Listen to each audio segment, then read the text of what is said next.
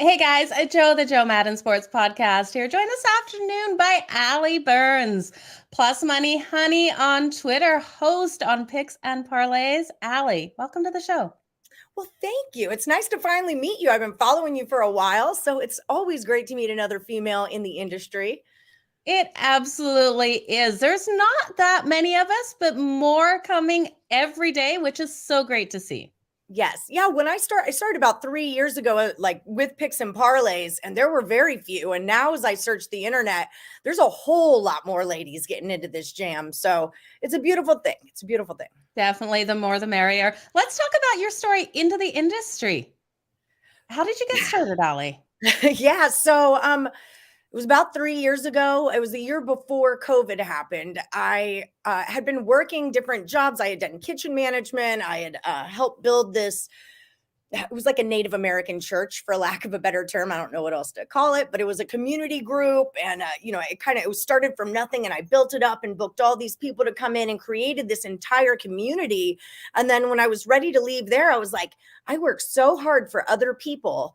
Why don't I just put this energy into myself? And then I asked myself the question, what do I do when nobody's paying me to do it? Well, I bet on sports. And so I said, okay, learning sports betting was really difficult for me, like in the beginning. Yep. Figuring out the handicapping, like figuring out who wins and loses games was one thing, but what it all meant, what a minus 200 was, like understanding value, understanding why not to make large parlays, things like that were harder for me to learn because everyone's a degenerate here in Vegas, so everyone just true. degenerates away.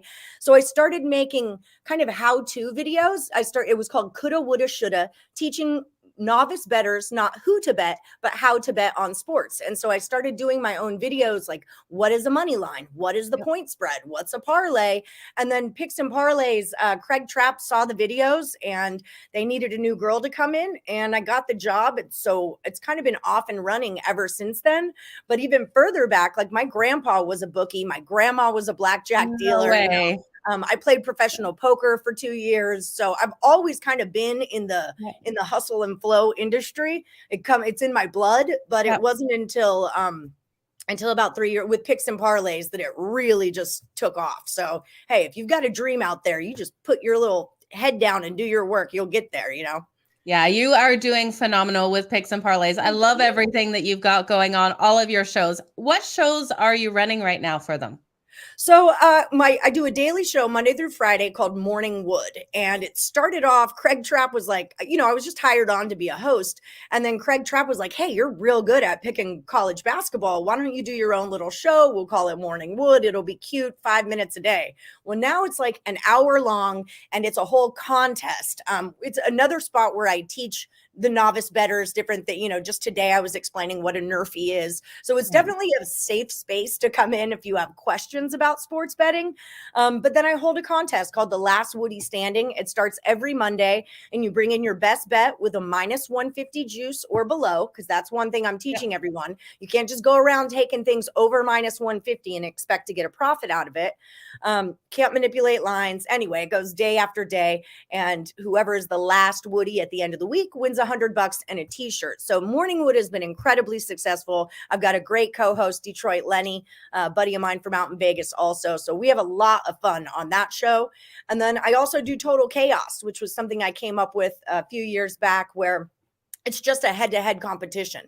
I give them 5 games, 2 handicappers, sometimes 3, and they tell me, do they go over or under the total?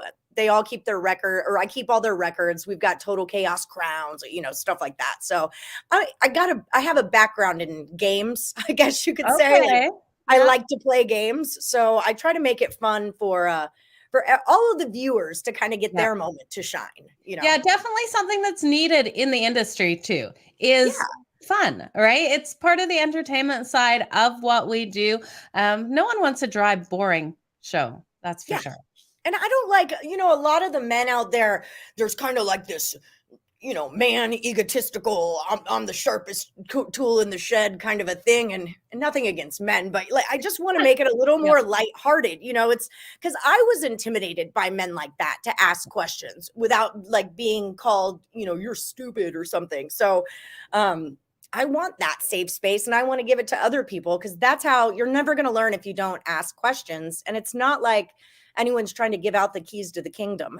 Not everyone wants to give away the secrets to what we do. So, Exactly. And then we look at all the states coming on for sports betting and in Canada and everything that's happening. There's so many people out there that have never bet. So yeah. sitting there listening to exactly what you said, a minus 200 bet and thinking it's such a good bet to make. It's great that you're giving out that information. Why not to? Yeah, absolutely. Yeah. Yeah. The industry is changing a lot, Allie, even over the last 3 years since you've been with Picks and Parlays. What do you think your favorite part of this industry is? Oh, my favorite part. I really like talking to the viewers. I really do like educating and asking questions.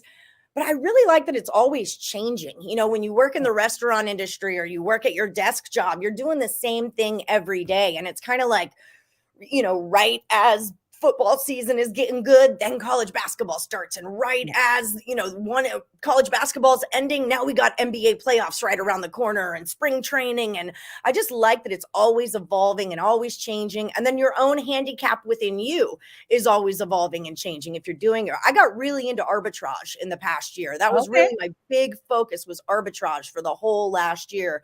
And I feel like I've got it pretty well figured out now. It's not always the most profitable way to bet because you're guaranteeing a profit, but it's a smaller profit. So now that I've got it figured out, it's more of a pick your spot thing for me. But I really focused on that so I could learn it in my brain and move forward with it. So I like evolving.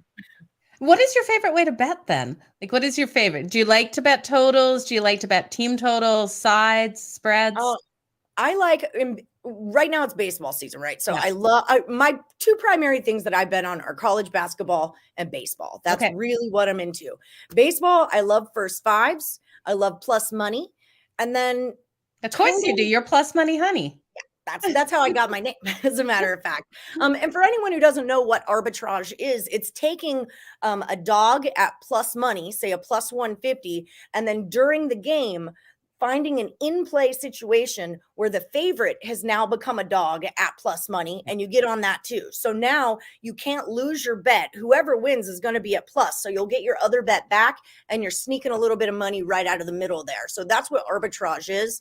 You can't do that on totals, but you can find middles on totals. So that's another thing I like a lot is doing middles, taking maybe the total is 200 and you take it over and then it gets up to a 220 and you take it under, and you try to hit the middle somewhere inside of that.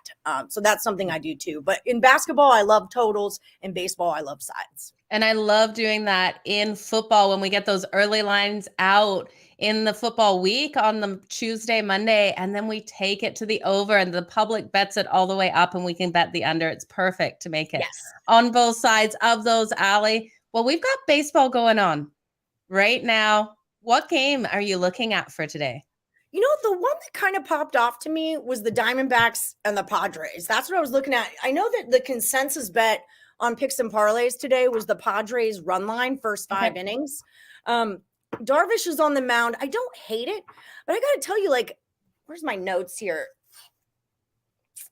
So the Padres just lost 3 to the Rockies, whereas the Diamondbacks won 2 out of 3 to the Twins. I feel like the Twins are a better team than the Rockies. But the one thing that kind of stood out to me in the last 5 games, Arizona scored 25 runs and given up 21 runs, right? But in the 21 runs that they gave up, one of those games was 11 runs alone, right? So if you take out those 11 runs, it's 25 and 11. They've outscored their opponents 25 to 11.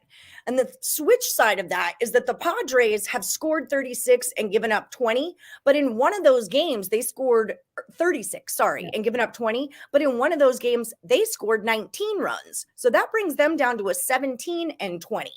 I know that Diamondbacks aren't necessarily my favorite team on the road. You can grab them on the run line at a plus 1.5 minus 155. That's above my juice level. I really try minus 150 is as high as I will go. And that is I really got to like you, but I do like the Diamondbacks at a 135. I'm pretty sure that opened at a plus 155. Yeah, I'm still getting plus 155 here. So I've got it at 135 on my thing. But that reverse line, here it is right here. It was a plus 175. Now it's down to 150, 145. So that's reverse line movement. For anyone who doesn't know that about reverse line movement, watching the lines is really important. If you have a plus number that's getting smaller, that's implying that you should be on the dog. And that's what's happening with the Diamondbacks here. I don't mind Davies at all. 7 innings pitched, 6 hits, no earned runs, no balls on base, and 7 strikeouts in his last game. Darvish is no joke, right? He's 8 innings pitched in his last one against the Cubs, 5 hits, 1 earned run, no balls on base, and 7 strikeouts for him. I kind of want to look at it to go under also, but numbers fall in there too. Yeah. 7.5 down to 7. Yeah. It scares me. I would take it over 7. I really would. But also this is a travel situation too. Arizona has just come home. San Diego has been, or Arizona has been at home, but San Diego's been on a long road trip. So they're back at home now. So that does kind of like lend more to an under for me with tired bats and 2 good pitchers. Definitely does. I love to fade a team when they're home off a long road trip. I think you're on to the money here with Arizona.